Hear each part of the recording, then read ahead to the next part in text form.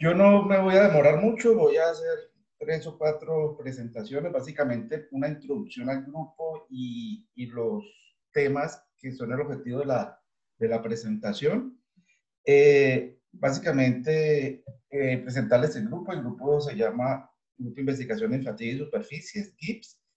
El grupo empezó en el 2004 y empezó especialmente a trabajar con la parte de fatiga y mecánica de fractura como parte de un grupo de investigación más grande. Trabajamos inicialmente un grupo digamos, más generalizado, después nos fuimos más específicos y nos dedicamos más a la parte de fatiga como tal. Posteriormente, después de realizar sobre todo los estudios de doctorado, empezamos a trabajar muy especialmente en la parte de tribología. O sea, actualmente trabajamos básicamente en esas dos áreas. Eh, el grupo de investigación,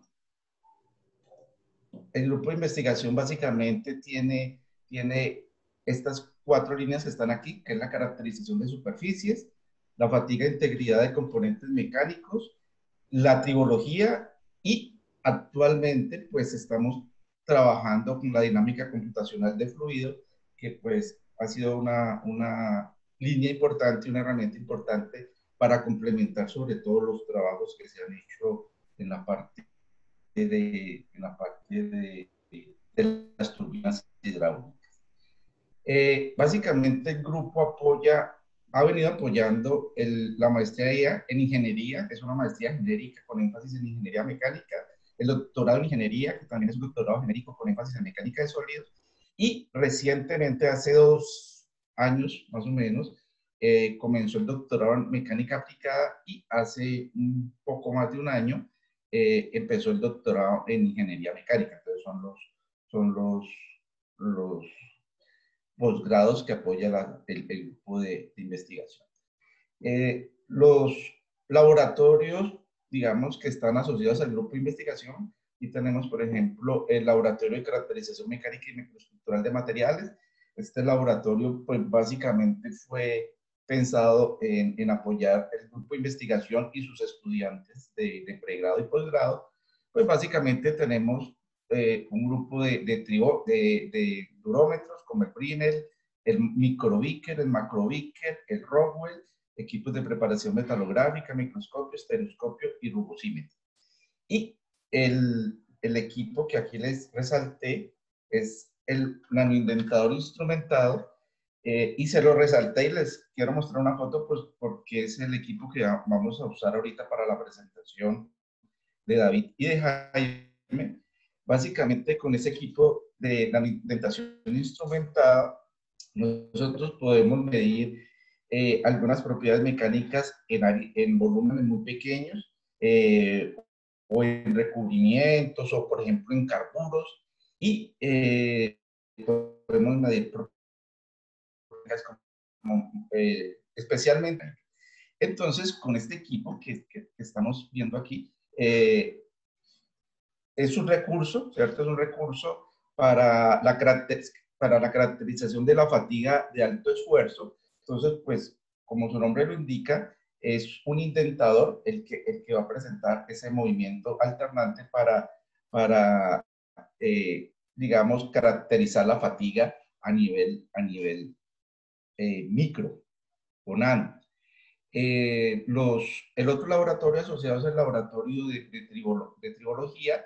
Básicamente tenemos tribómetros pin sobre disco para deslizamiento y abrasivo, el rueda de caucho. El rueda de caucho también lo tenemos seco y húmedo, tribómetro de erosión húmeda con cilindro rotatorio, un triómetro de impacto, martillos basculantes, un triómetro de erosión por chorro, el triómetro de la sinergia de erosión partícula dura cavitación, un potenciostato galvanostato que usamos para la sinergia desgaste corrosión, y lo hemos implementado en algunos triómetros, como por ejemplo el triómetro de erosión por chorro y actualmente en el triómetro pin sobre disco. Y bueno, tenemos las balanzas de precisión y un triómetro de erosión por cavitación, que también se los resalté, se los quiero mostrar aquí porque es el triómetro que también vamos a discutir en la presentación de hoy. Básicamente, pues ese triómetro de erosión por cavitación consta de una unidad generadora de vibraciones, pues como se genera tanto calor, se requiere de una unidad de refrigeración que la tenemos aquí al lado. Y básicamente, ese triómetro de cavitación se producen vibraciones, ¿cierto? Por acá ahorita se los muestran un poquito más en detalle. Por acá hay un sonotrodo que produce vibraciones. Esas vibraciones producen colapso de burbujas y esas burbujas van a producir ondas de choque que producen daño en la superficie. Normalmente el daño producido en la superficie pueden ser picaduras o cavidades y pues debido a estas ondas se están induciendo presiones que son mayores que la resistencia última del material y pues esto genera el daño o desprendimiento del material.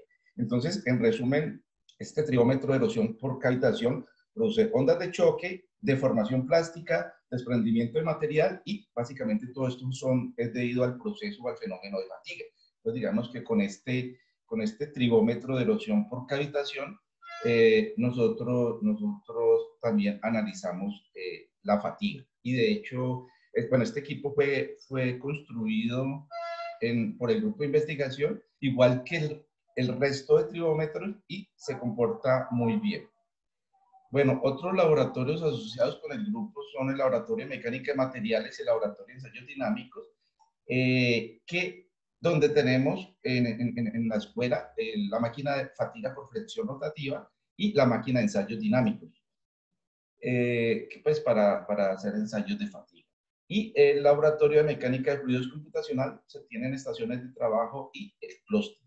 Son algunos recursos con los que cuenta el grupo. Y estos son los integrantes del grupo. Básicamente son cuatro profesores, sino que el cuarto profesor está actualmente haciendo el doctorado y no me envió la fotico, entonces no lo puse por acá. Y los estudiantes de posgrado, Leonel, que está haciendo doctorado, Marcela, Julián y David, que están haciendo maestría, y Jaime, que no me envió la fotico, que va a hacer la presentación ahora, está haciendo el doctorado en la parte de fatiga, y David está haciendo la maestría en esta parte de nanoindentación con nanoindentación o indentación dinámica. Entonces, los voy a dejar con David inicialmente, después continúa Jaime para la presentación que está programada.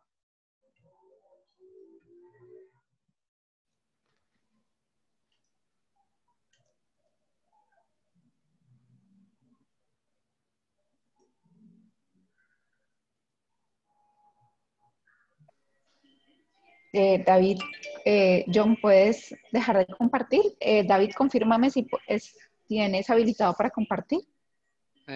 Hola, profe. Sí, pero un momentico que no me aparece la presentación dentro de las seleccionadas.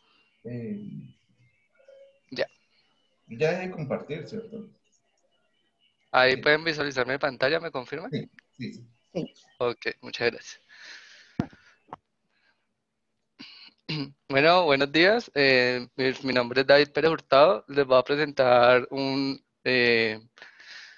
breve resumen pues, del trabajo en el que estamos haciendo en el grupo. Pues mi tesis está dirigida por la profesora Sara Aida y el profesor Martín Alonso. Y pues mi trabajo se titula Correlación entre la resistencia a la erosión por cavitación y la resistencia a la fatiga.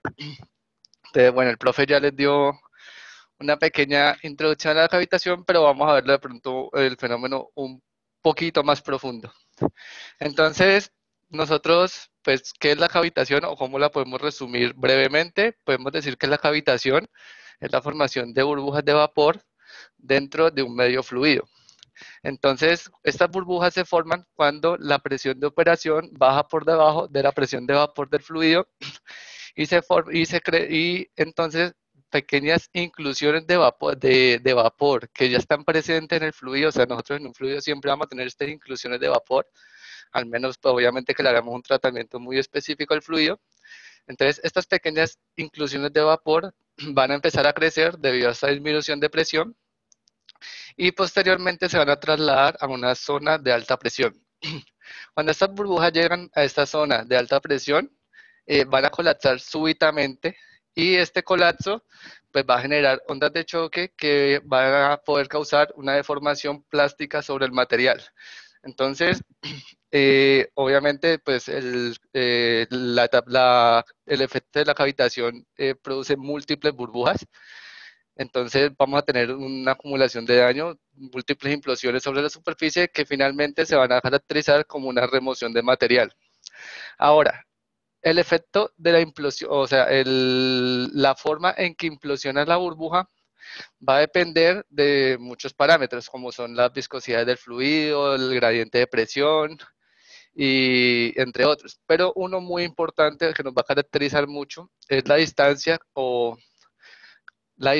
de la burbuja respecto a sus fronteras. Es decir, si tenemos una burbuja completamente aislada, se va a regir por un parámetro que vamos a llamar h, que es la distancia hasta la pared, y r, que es el radio de la burbuja. Entonces, si este parámetro pues, es muy grande, nos quiere decir que la burbuja está, digamos, aislada completamente. Y en este caso vamos a tener un colapso simétrico. Entonces, la burbuja únicamente va a colapsar hacia adentro y vamos a tener, digamos, una única onda de choque. Sin embargo, cuando la burbuja se encuentra cercana a una pared, ya vamos a ver que no colapsa simétricamente. Entonces, pues ya aquí vemos que hay diferentes H0 sobre R0, que lo vamos a llamar gamma, y nos van a decir pues que esta burbuja va a formar un microchorro en dirección hacia la pared que va a atravesar la burbuja, y este microchorro va a golpear la superficie. Entonces nosotros vamos a poder apreciar que ahora el daño no únicamente es por el colapso del tamaño mínimo de la burbuja, sino que adicionalmente estamos teniendo un microchorro que va a golpear la pared.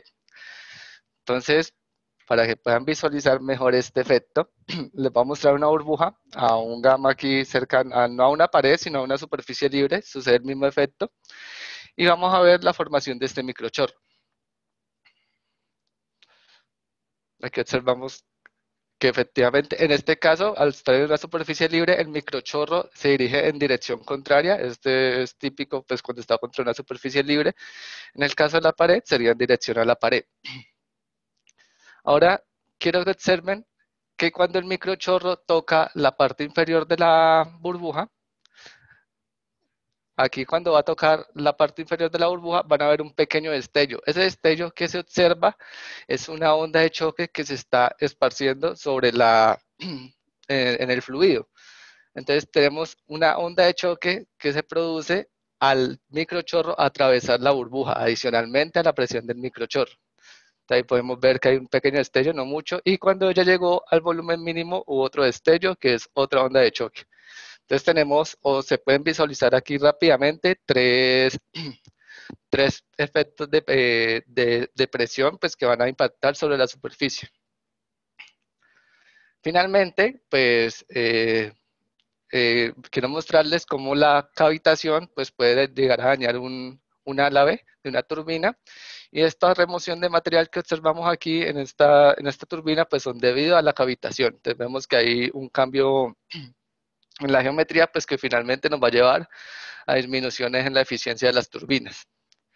Entonces pues es muy importante evitar la cavitación.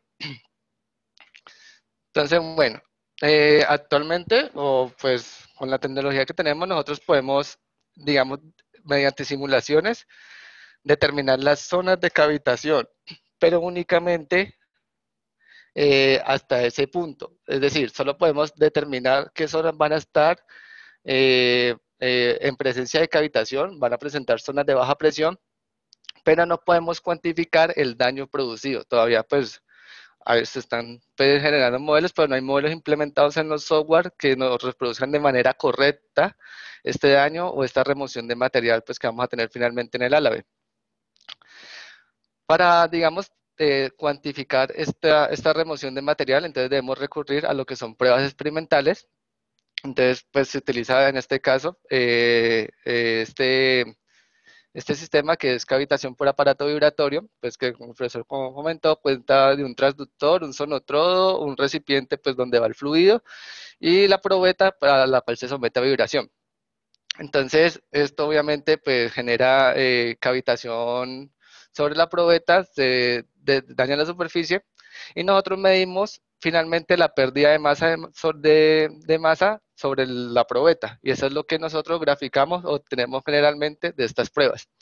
Entonces, aquí vemos una curva típica. En este caso se utilizó para dos aceros, un 304 y un 316, y posteriormente a estos materiales se realizó un tratamiento de deep rolling, que nosotros sabemos que este tratamiento mejora eh, la fatiga del componente, la resistencia a la fatiga del componente, y se analizó con respecto a la cavitación. Entonces podemos ver aquí que por lo menos los dos materiales, bueno, primero que el 304 presenta una mayor resistencia a la erosión por cavitación que el 316.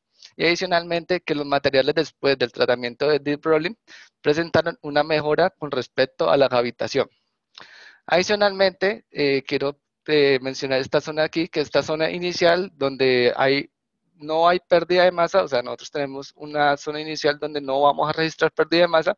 Se le conoce en cavitación como tiempo de incubación, zona de incubación, que se asocia generalmente únicamente a deformaciones plásticas. Entonces, esta zona la podemos ver como el crecimiento de una grieta en fatiga. Entonces, si nosotros correlacionamos este tiempo de incubación con la resistencia a la fatiga, vamos a ver que la mayor resistencia a la fatiga, mayor tiempo de incubación y menor tasa de erosión. Entonces, aquí vemos que cada uno de estos materiales pues tiene su coeficiente de resistencia a la fatiga. Entonces, vemos que el 316 sin tratamiento tiene el menor coeficiente y el 304 con tratamiento tiene el mayor coeficiente. Si nosotros entonces hacemos la gráfica que les estoy mencionando, observamos aquí que el tiempo de incubación crece con esa resistencia y la tasa de pérdida de material, pues en este caso, disminuye con esta resistencia. Entonces, vemos que hay una correlación entre la cavitación y la resistencia a la fatiga. Finalmente, si nosotros tomamos nuestra probeta después de 8 horas de prueba, en este caso, aquí vemos para los dos materiales sin tratamiento, tras 8 horas de prueba podemos observar la formación de estriaciones sobre la superficie de daño, sobre la superficie dañada, lo cual nos dice que el micromecanismo que produce el daño por cavitación está asociado con un fenómeno de fatiga.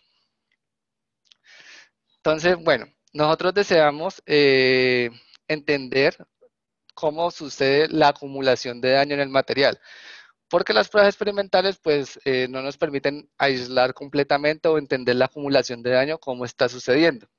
Entonces nosotros deseamos avanzar en esa dirección, entender cómo está sucediendo la acumulación de daño sobre el material, y para esto debemos determinar dos parámetros muy importantes que son la agresividad del flujo, los cuales son las presiones de colapso de la burbuja y las propiedades del material.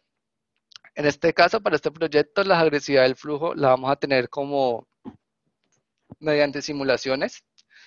En este caso vamos a utilizar una simulación axisimétrica para reproducir el crecimiento y colapso de una burbuja. Esto se hace ubicando una pequeña burbuja en el eje de simetría con una presión inicial que va a hacer que la burbuja crezca. Entonces tenemos la nucleación y crecimiento de la burbuja y posteriormente vamos a ubicar una presión alta en esta zona de presión variable que va a hacer que la burbuja colapse súbitamente. Y las propiedades del material las vamos a obtener mediante indentación instrumentada. Nosotros elegimos la indentación instrumentada debido a que las dependencias microestructurales de las propiedades del material pueden ser inevitables para el fenómeno de cavitación, porque este es un fenómeno muy localizado. Entonces, pues es importante determinar las propiedades a ese nivel. Adicionalmente, pues muchos estudios han ya mostrado que correlaciones, que las propiedades obtenidas mediante indentación se correlacionan mucho mejor que las obtenidas mediante otras pruebas. Entonces, cuando uno habla de cavitación y obtener propiedades del material, si tienen la posibilidad de utilizar la indentación instrumentada, obtener estas propiedades mediante esta técnica es lo más recomendado. Entonces, bueno, el indentador pues cuenta con su punta de diamante, un indentador, un sensor LVDT que nos va a permitir mantener la medida de la fuerza, de la carga y de la profundidad de la huella, y un microscopio óptico que nos va a poder permitir visualizar las huellas que nosotros generemos sobre nuestra probeta. Entonces, una curva típica de indentación, esta es una curva normal, consta de aplicar una carga, un pequeño sostenimiento y una posterior descarga de la curva. Entonces aquí podemos ver la huella generada, pues que se parece mucho a una huella de microdurómetro, pero también podemos obtener pues muchas huellas muy pequeñas como esta, que también se pueden obtener con un microdurómetro, pero adicionalmente podemos obtener huellas que no sean visibles, por supuesto, con el uso del microscopio, no sean visibles, pero en este caso nosotros no vamos a medir las dimensiones geométricas de la huella, sino que vamos a utilizar esta curva que nos entrega el sistema.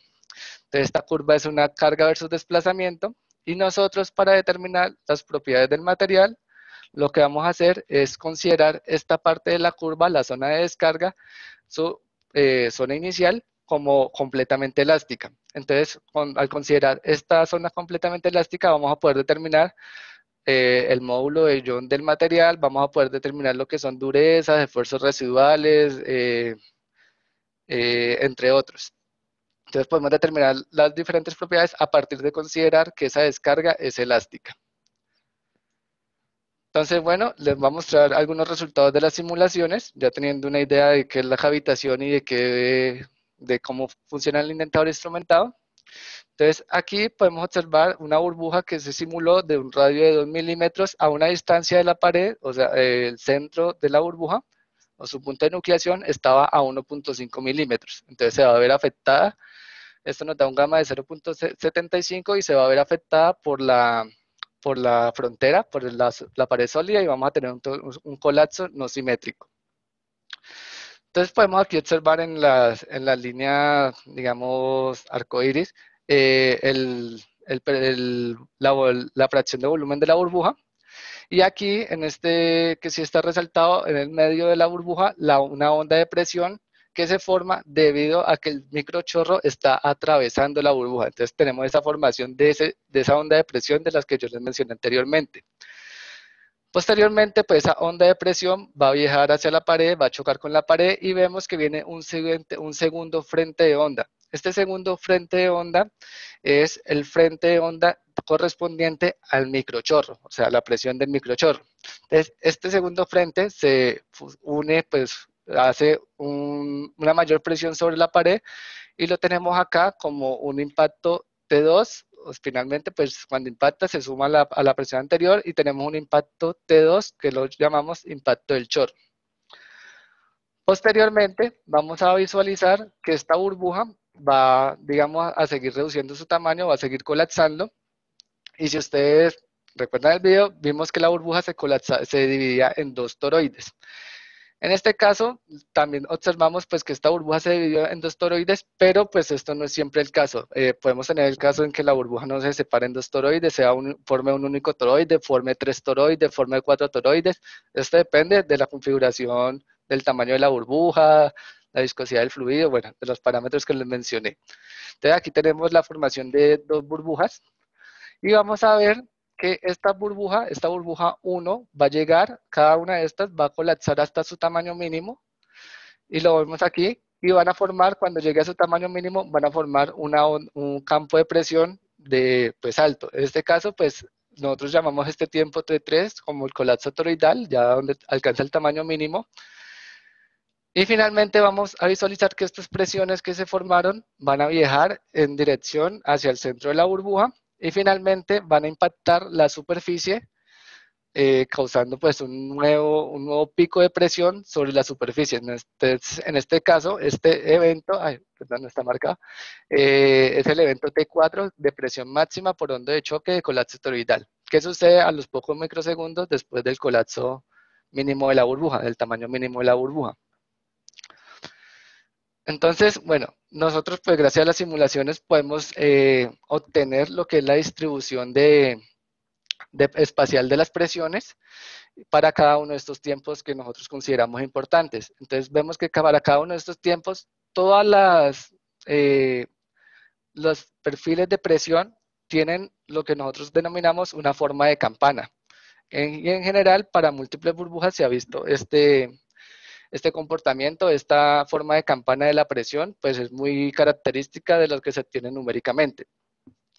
Adicionalmente, pues podemos verificar que aquí que los tamaños de efecto de las zonas son muy pequeños. Digamos, para el tiempo T1, que es, digamos, la presión más baja, obtenemos un radio de efecto de pico máximo o de área de campana de 200 micrómetros.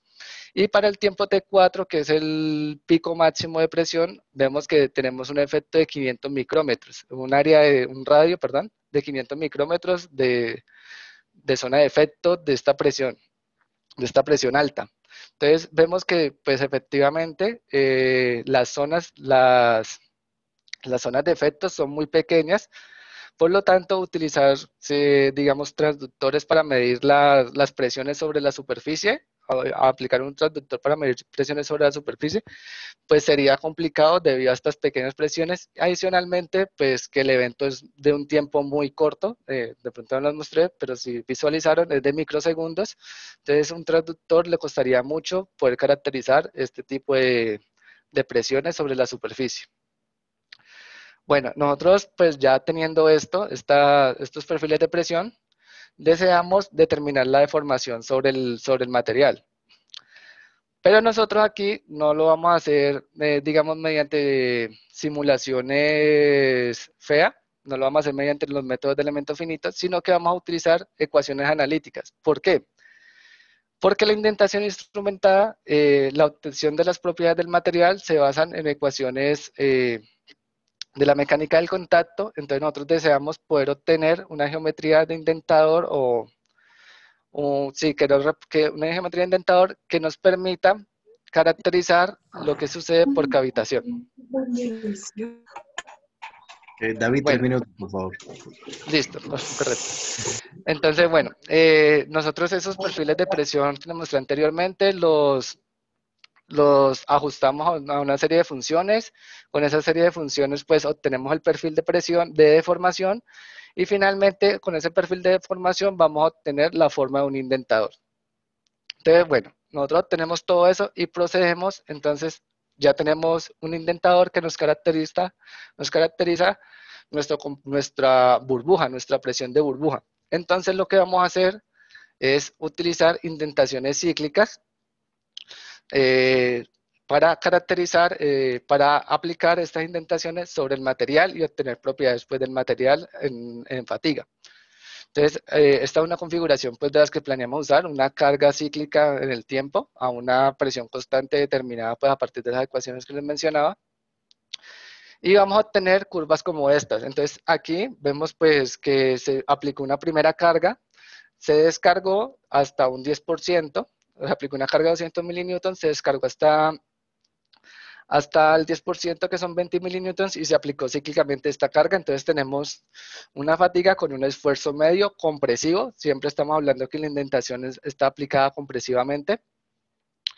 Y podemos visualizar, o podemos, pues gracias a que tenemos el registro de esta carga versus desplazamiento, vamos a poder observar las curvas de histéresis sobre el material. Entonces, pues aquí yo les aislé 3 curvitas donde vemos que el material pues está efectivamente aumentando su tamaño de huella con cada indentación sucesiva, con cada carga sucesiva. Entonces podemos estar hablando aquí de que hay un creep cíclico en el material. Entonces, para este caso, para este material, pues nosotros observamos un ablandamiento, vemos que la profundidad de la huella aumentó en el tiempo y además, si analizamos la dureza de este material, observamos que en este caso se hicieron 500 ciclos, observamos que este material presenta un ablandamiento cíclico pues con las sucesivas indentaciones. Entonces, finalmente, pues el indentador nos va a permitir obtener propiedades a la fatiga del material mediante estas indentaciones cíclicas. Entonces, bueno, muchas gracias por la atención. No sé si tengan alguna pregunta o al final, cuando termine mi compañero. Sí, yo creería que ya van a ser las 10. No sé Si hay alguna pregunta o algo, porque viene la otra conferencia del ingeniero Alberto.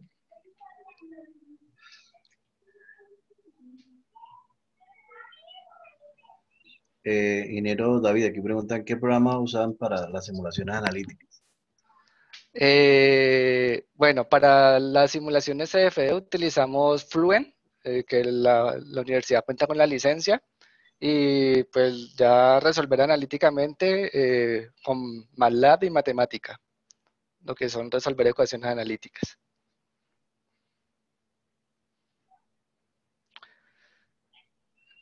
La simulación aproximadamente, estas que presenté, más o menos 6 horas hasta el tiempo de colapso. Capacidad computacional tenemos en el